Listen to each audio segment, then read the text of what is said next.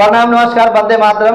आप देख ही रहे होंगे, इनको देख करके तो आपको याद आया होगा कि हमारे स्टूडियो में आए थे और आज से पहले इन्होंने बताया था कि इनके दादाजी की घोषणा साहब श्री ने किया स्वयं, और इनके पिताजी की भी घोषणा साहब श्री ने की है, और इनकी घोषणा, नामों की घोषणा शिव शिष्टा में दीदी माँ के द्वारा हुआ।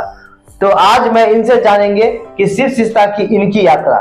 पिछले में तो हमने इनके दादाजी को, इनके पिताजी को जाना, जो हमारे बड़े गुरु भाई हैं, और आज हम जानेंगे इनसे। तो भैया आप बताइए, आपकी घोषणा कैसे कैसे हुई और पूरी बात। जी, तो सबसे पहले आपको प्रणाम, महादेव को प्रणाम, साहेब दीदी को प्रणाम, यहाँ पर भैया को भी प्रणाम, सारे भाई बहन को भी मेरा प्रणाम। जी जी।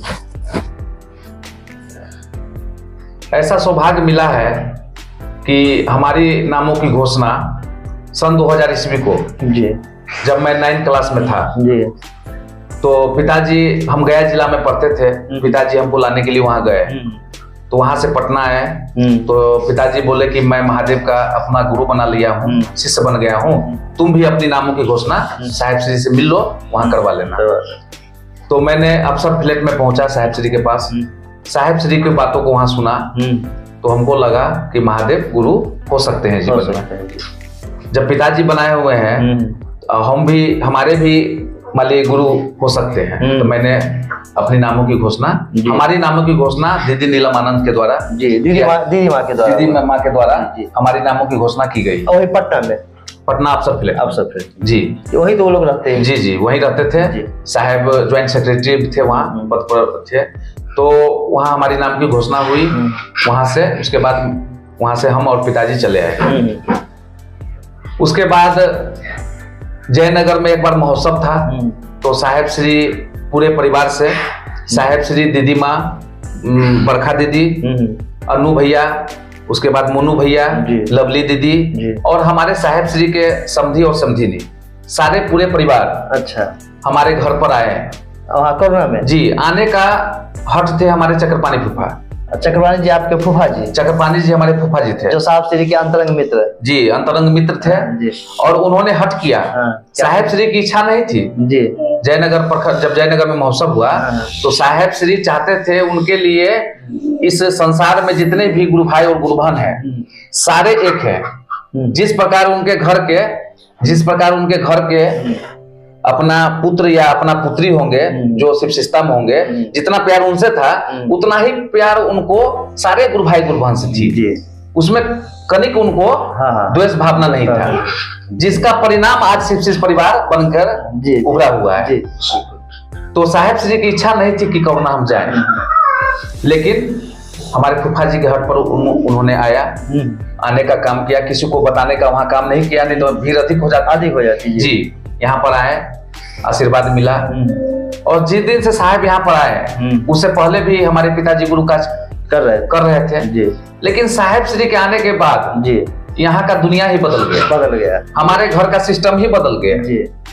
लगता था कि महादेव गुरु डायरेक्ट यहाँ पर आके विराजमान हो गए। अब सभी चीज व्यवस्था बदल गई जी। अव्यवस्था से व्यवस्थित हो गया।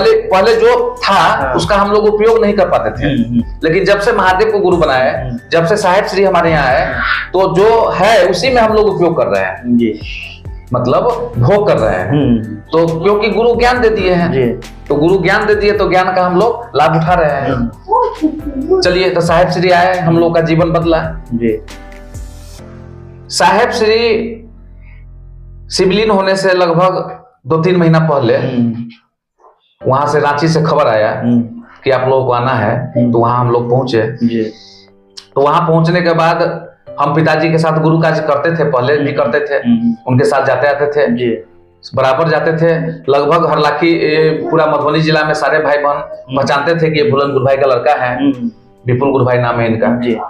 लेकिन जब वहाँ साहेब श्री का बुलाहट आया, बहुत सारे हम लोग मधुबनी जिला से गुरु भाई लोग गए थे जी, जिसमें हमारे गजेंद्र भैया, सारे भाई बहन हम लोग सब आदमी गए थे बैठक में। जीबू भैया भी थे जी, बहुत सारे भाई थे। तो वहां पर हरलाखी प्रखंड का शिव कार्यकारिणी सदस्य का हम लोग का जवाबदेही मिला जी। तो मैंने मन ही मन साहब को कहा कि साहब, पिताजी भी छोड़ के चले गए, हमारा उम्र अभी गार्जियनशिप का था, कि गार्जियन रहते जी, तो थोड़ा और अच्छा रहता।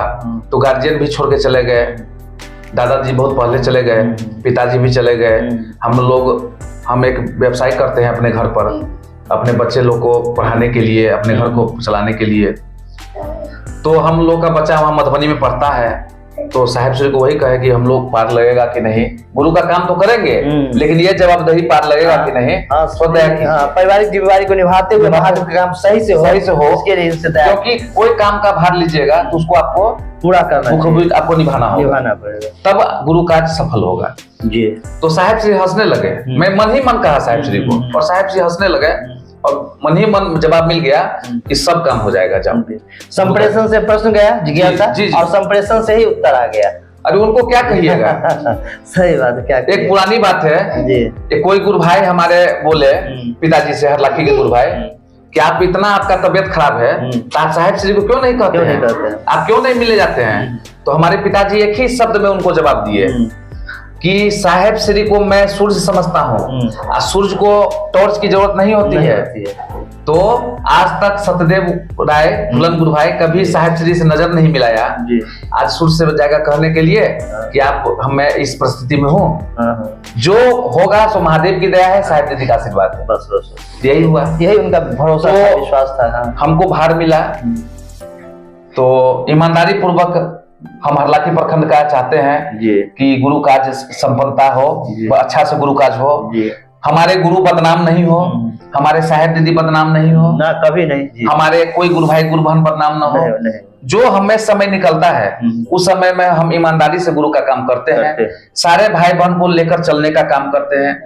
हमारे सुटगांव के भोगेंद्र गुरु भाई हैं, उधर बहुत सारे एक्टिव गुरु भाई हैं, लेकिन वो भोगेंद्र गुरु भाई ऐसे गुरु भाई हैं कि उन्होंने इस रास्ता पर चलने के लिए हमको अवसर किया कि आप इस जिम्मेदारी को सही ढंग से, बहुत व्यस्त है, बहुत व्यस्त आदमी है, लेकिन आज उन्हीं का आशीर्वाद है कि महादेव गुरु का दया है और साहेब दीदी का आशीर्वाद है कि उन्होंने हमको अवसर किया, और मैंने आज तक महादेव गुरु का काज जो हो रहा है तो निभाने का काम कर रहे हैं कि हमारा गुरु का काम बदनाम न हो, और सही से शिव शिष्टा सब आदमी भाई बहन सही गुरु काज पर चले, और नए नामों की घोषणा हो, और लोग का जीवन सुखमय हो, और साहेब का जो राजमार्ग बनाया। कुछ दिन पहले आप उपवन गए थे, तो वहाँ आपने क्या महसूस किया?